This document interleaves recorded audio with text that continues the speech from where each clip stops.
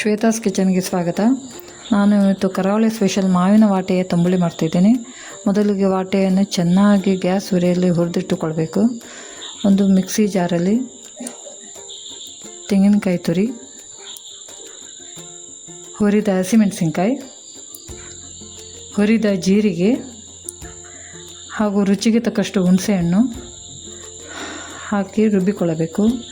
ರುಬ್ಬಿದ ಮೇಲೆ ಹುರಿದ ವಾಟೆ ಹಾಗೂ ಸಣ್ಣ ಈರುಳ್ಳಿ ಹಾಕಿ ಮತ್ತೊಂದು ಸಲ ರುಬ್ಬಿಕೊಳ್ಳಬೇಕು. ರುಬ್ಬಿದ ಮೇಲೆ ಒಂದು ಪಾತ್ರೆಯಲ್ಲಿ ಹಾಕಿ ಒಗ್ಗರಣೆ ರೆಡಿ ಮಾಡ್ಕೊಳ್ಳೋಣ.